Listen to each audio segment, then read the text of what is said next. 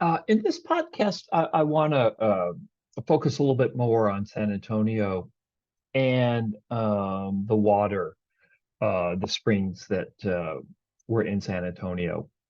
It turns out that native groups have been coming to what's now San Antonio. And when I talk about San Antonio, really, I'm talking about the downtown San Antonio in the main campus at UTSA. We're about 20, 25 miles from the downtown San Antonio. So during the Spanish period, where the main campus of UTSA is, would have been considered deep in the country. It would have been, it was really way, way outside of what the Spanish considered San Antonio. So what I'm talking about is the downtown area where the missions are. And what's interesting about this area is this: the native groups had been coming to this area for thousands of years, which is something that we've just learned in the last couple of decades or so. The area in downtown where the missions are along the San Antonio River, this was a shared encampment, a shared space where native groups would come and they would more or less live together peacefully, at least in this area. So the area, what's cool about this, and I think it's significant, is that when we think about San Antonio, we don't think about San Antonio like 1,000 years ago, right? San Antonio, I think most of us don't even think about San Antonio in 1718 when it was founded. San Antonio seems like it's a very modern place. And of course, in many respects, it is a very modern place. But what I want to get across to you is that the downtown area of San Antonio, various peoples, native peoples, have been coming to that area for maybe as long as 10,000 years. We're not even really sure. Again, what drew these peoples to this area was the water, and that was here in abundance. And of course, because there was water, there was fishing, there was game, there so it was plentiful. It was a place of plenty. And it had been a shared encampment, like I say, for the people that lived here, the indigenous people. It had been a shared encampment for as long as they could remember, as long as their ancestors could remember. So, from the point of view of the native groups that were here, when the Spanish show up in 1718, um, they're they're almost considered like, okay, it's just another group that is coming here to share this space, this well-watered space, this place that's bountiful. The native groups that lived here, they had no idea about Spain. Spain meant nothing to them. Mexico City meant nothing to them. The Franciscans meant nothing to them, although it would eventually. So basically the Spanish stumbled onto this space, which for hundreds, if not thousands of years, had been a shared space for the indigenous people of this region.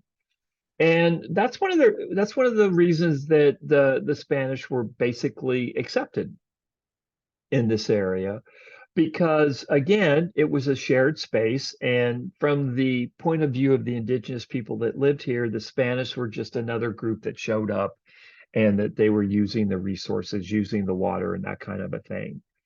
And so the Spanish, they got lucky in San Antonio. The other reason the Spanish got lucky in San Antonio, and I'm going to talk about the Comanche in other podcast, but the Spanish, where downtown San Antonio is just outside of what the Comanche consider their territory, the Comancheria.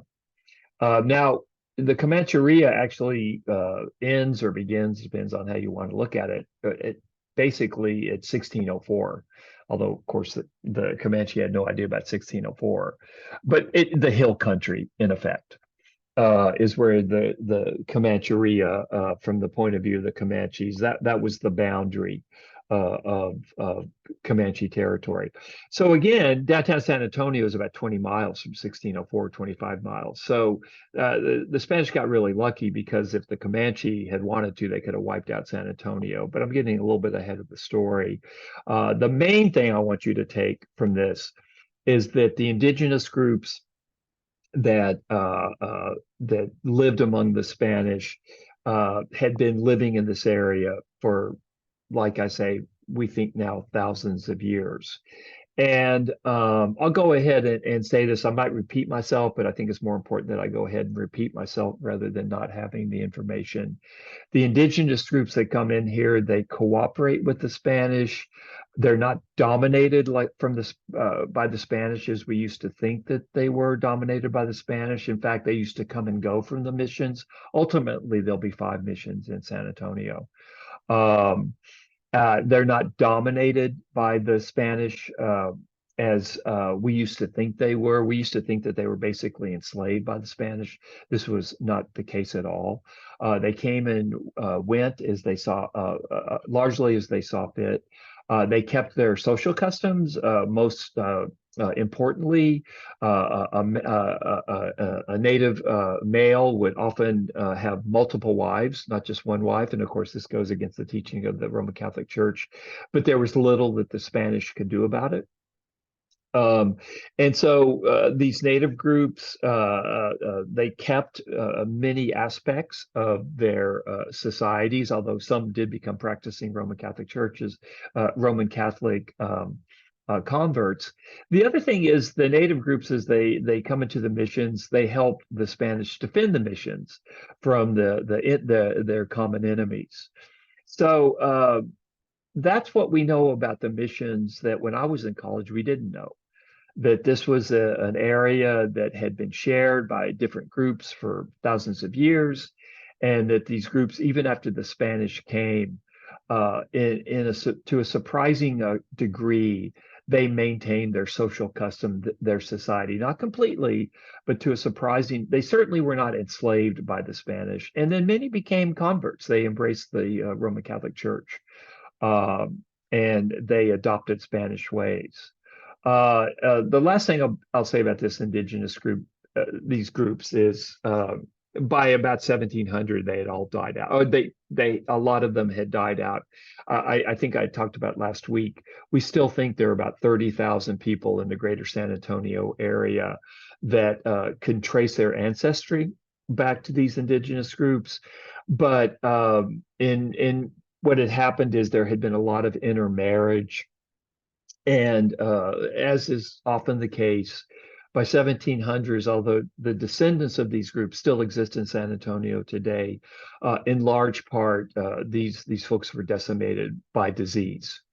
And the folks that survived basically survived through intermarriage with the Spaniards who came up and settled this area.